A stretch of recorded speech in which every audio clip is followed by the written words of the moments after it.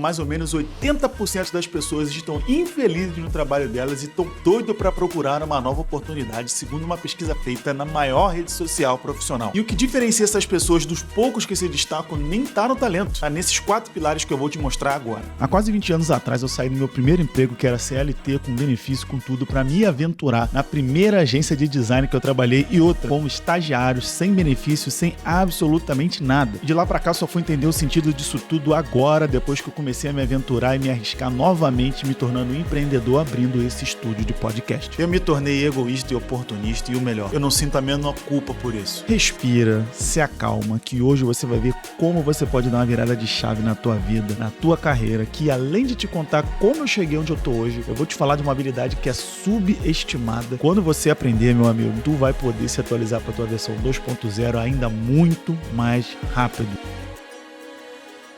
No dia a dia comum para a sociedade, ser egoísta e oportunista é uma coisa ruim. Também quando a gente olha no dicionário, egoísmo é igual a falta de altruísmo, apego excessivo aos próprios interesses, comportamento da pessoa que não tem em consideração os interesses dos outros. Presunção, tendência a excluir os outros, tornando-se a única referência sobre tudo. E na filosofia, tendência individual de ter em conta os próprios interesses em detrimento da submissão aos compromissos morais com os demais. E oportunismo, habilidade ou capacidade de tirar partido das situações ou de perceber o momento certo para obter vantagens pessoais. Comportamento ou conduta de quem busca obter vantagens em benefício próprio, não se preocupa com questões éticas ou morais. Política. Sistema ou prática política definida pela acomodação às circunstâncias, buscando tirar proveito delas, não respeitando normas ou regras. Não é mole não, mas na prática o que acontece é que essas pessoas acabam colocando sempre os outros em primeiro plano. Elas colocam os outros, elas estão sempre ali. Ela nunca ela primeiro e tal. E no final das contas, cara, vai entrar na estatística daquelas 80%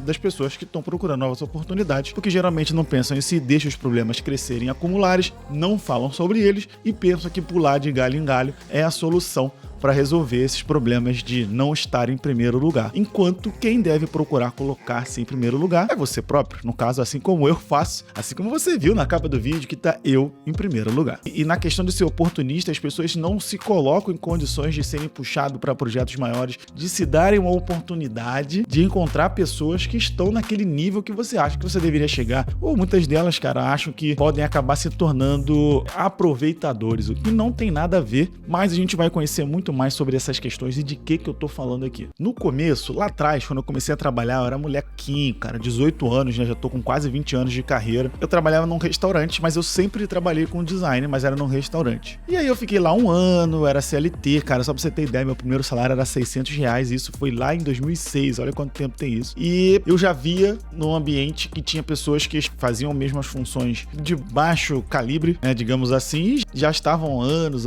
ou vieram de outra empresa que estavam há anos também fazendo essa mesma coisa lá e que não era algo potente. E eu, como já vinha, cara, de uma coisa mais especializada, eu já tinha um comportamento um pouco diferente. E eu era da geração diferente de algumas pessoas que estavam lá. Mas eu já vinha ali galgando posições diferentes. Eu sempre estudei muito, gostava muito de aprender coisa nova e tal. E, cara, eu já via que eu pedia aumento e tal, eu não recebia. E eu recebi um aumento lá, que foi de R$50 num dissídio. Então foi uma obrigação da empresa me dar R$50. E ela não me deu porque ela achou que eu merecia. Até que uma pessoa que trabalhava lá levou um material pro marido dela que trabalhava na primeira agência de design que eu fui e ele perdeu meu material umas 2 ou 3 vezes, era CD na época, e ele me bancou lá, falou que eu mandava bem, mas ele mesmo também não tinha visto, e eu fui chamado pra fazer entrevista nessa agência. E naquela época eu fiquei pensando o seguinte: eu tenho a oportunidade de ir pro lugar pra exercer a função, a profissão que eu tô trabalhando, que eu sei fazer, que eu estudei, e talvez eu esteja indo pra um lugar que é um celeiro, que eu vou aprender muito mais. Mas olha como é que é a cabeça de hoje, né? Pensando em expansão. Naquela época eu só pensei que, cara, sei lá, vou pra um lugar que eu posso crescer depois. Sempre assim. Vou pra um lugar que eu posso crescer depois. Aonde? Na própria empresa. Não era exatamente pensar assim, cara, eu vou crescer, eu vou me tornar um profissional qualificado, eu vou me tornar um cara de cacife. Não era assim que eu pensava. Eu pensava que, tipo, eu vou pra um lugar que eu posso ser reconhecido, ganhar mais de lugar.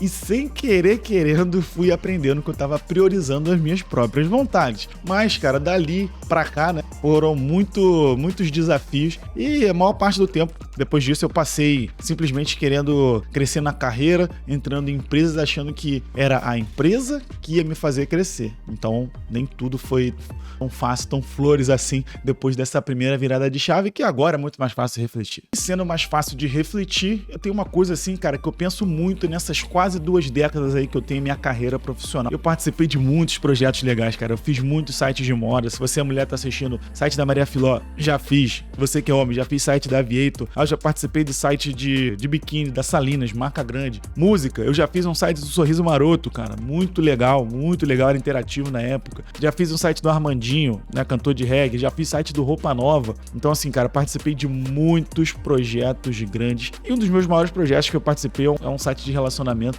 que tem mais de 2, 3 milhões de usuários hoje em dia, cara. Eu criei a nova versão do zero e foi algo assim substancial na minha carreira. E sabe qual foi a minha maior descoberta nesses quase 20 anos, cara? Que não era uma questão de ser uma empresa, de ser um cargo, de nada disso. É ser oportunidade. Quais foram as oportunidades que eu tive de crescer? E na maioria delas eu agarrei com unhas e dentes. Porque é o seguinte, quando você tá lá se entregando de corpo e alma, muitas das vezes, dependendo da empresa que você tá, as oportunidades vão aparecer. E você vai estar preparado para cada uma delas? Eu tive muito preparado para fazer mudanças, mas assim, por que eu tô falando isso? Porque a minha cabeça começou a entender o seguinte: eu preciso priorizar aquilo que eu quero para mim. A empresa que eu trabalho, ela é só um caminho, ela é um pedaço para me fazer chegar lá onde eu quero. E foi aí que as oportunidades começaram a crescer muito mais. Eu estudei muitas coisas e consegui chegar naquela posição que eu queria, mas era por mim, porque eu sabia que por onde eu fosse, qualquer lugar que eu chegasse, todas as habilidades que eu aprendi, cara, eu ia carregar comigo para sempre. E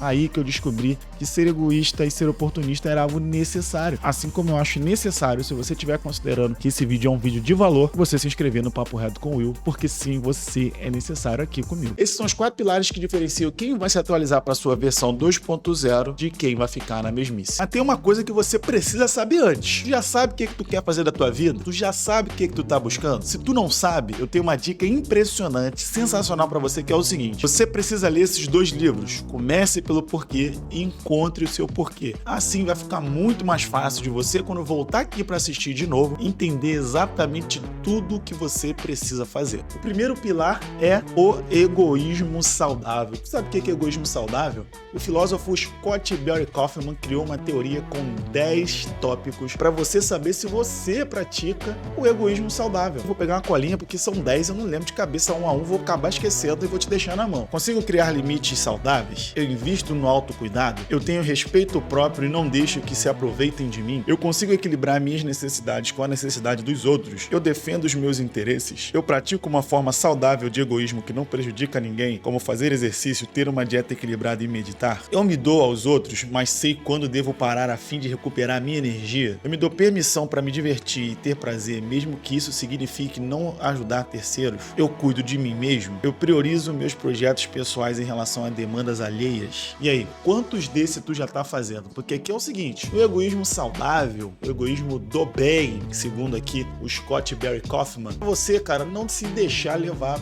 pela vontade dos outros. Você não viver na prioridade dos outros, mas ainda assim você não faz nada para prejudicar ninguém. Mas na hora que você diz que você não quer mais, ou você já ajudou bastante a ponto de falar, cara, pra mim já deu, já fiz tudo que eu tinha que fazer, daqui pra lá é com você. Se você tá praticando isso, você tá sim praticando o egoísmo saudável. E te digo mais, se você não tá fazendo, começa, porque você vai sentir o gostinho e vai entender como é bom viver na própria prioridade. Pilar número 2: quem não escolhe é escolhido. Vamos aqui rabiscar nesse negócio aqui. Por que eu falo isso, cara? Isso aqui é algo que eu entendi desde cedo. Se você, cara, não toma rédea das suas escolhas, a vida vai fazer isso pra você. Então vamos fazer o seguinte: se eu te perguntar agora, o que você quer tomar de café da manhã amanhã? Se você não souber, eu vou dar minha opinião. Se você falar que não sabe, se você falar que não quer, beleza, eu prefiro comer o quê? Um pão francês com queijo, ovo mexido e bacon. Talvez você não goste de ovo mexido, talvez você não goste de bacon, mas o fato de você não escolher, você foi escolhido. E aí sobrou pra você isso aí, o que? A minha escolha.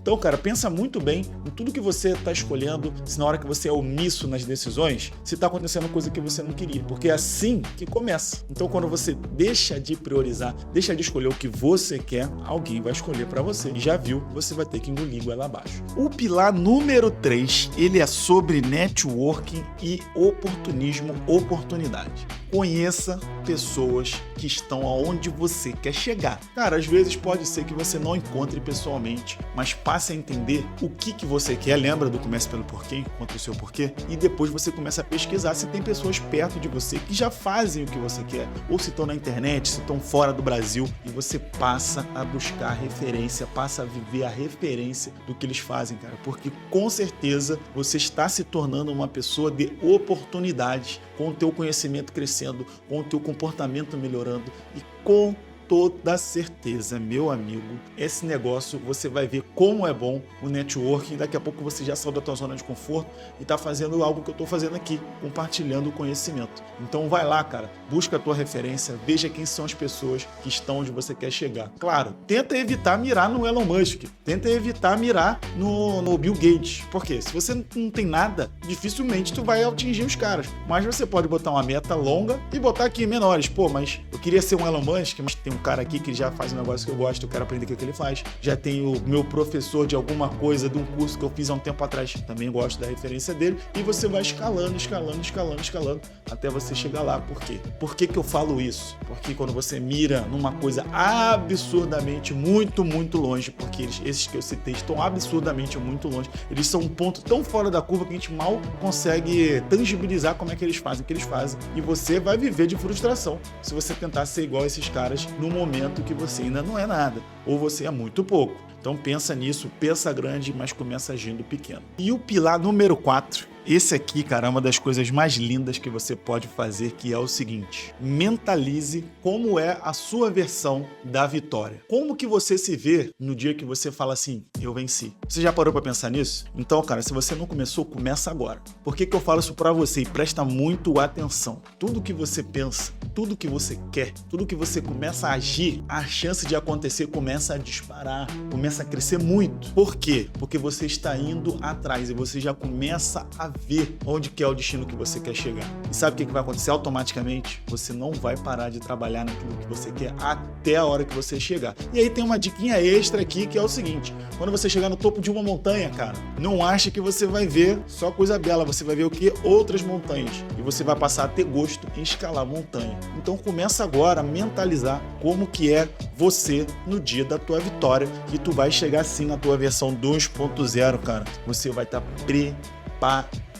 Capacidade de negociação. Negociar, cara, não é exatamente sobre dinheiro, a menos que a tua questão seja, assim, naquele momento, uma questão de dinheiro. Mas negociar, cara, é a arte de você entender sobre tempo, reconhecimento, oportunidade, momento. Isso é a arte de negociar. Por quê? Muitas das vezes alguma coisa importante vai acontecer, mas você depende de uma outra pessoa para dar um ok. Você depende de uma pessoa, às vezes, para sair do seu caminho, já que ela já não faz mais parte. E você precisa saber negociar. Por quê? Você não pode ser simplesmente o egoísta ruim, não o egoísta saudável que a gente acabou de ver. Então você precisa, cara, negociar como que você ganha daqui, como é que você perde dali e como que você vai para frente com essa questão. Negociar, cara, é entender sobre as responsabilidades, qual é o seu papel, como é que você propõe que você vai fazer algo quando alguém não estava tão inclinado a querer aquilo que você quer. Às vezes é questão de vendas, cara, como é que você vai convencer um comprador, um cliente, ou como é que às vezes questão de você que está num trabalho, você quer convencer o teu chefe que ele tem que te aumentar o salário, ou que você tem que convencer alguém de aprovar um projeto, você precisa ser bom em negociar. E negociar, cara, existem várias formas, vários modelos, várias apresentações que você pode fazer isso, e assim, na maioria das vezes a pessoa precisa entender, tentar tangibilizar o que você está dizendo para elas, para que no final haja aquilo que a gente está falando do ganha-ganha. Vai falar que eu não te surpreendi com esse conceito de oportunismo e egoísmo, hein? Deixa aqui nos comentários qual foi a tua surpresa até chegar aqui e ver que não era aparentemente nada do que parecia ser, né? Quero ver tua opinião.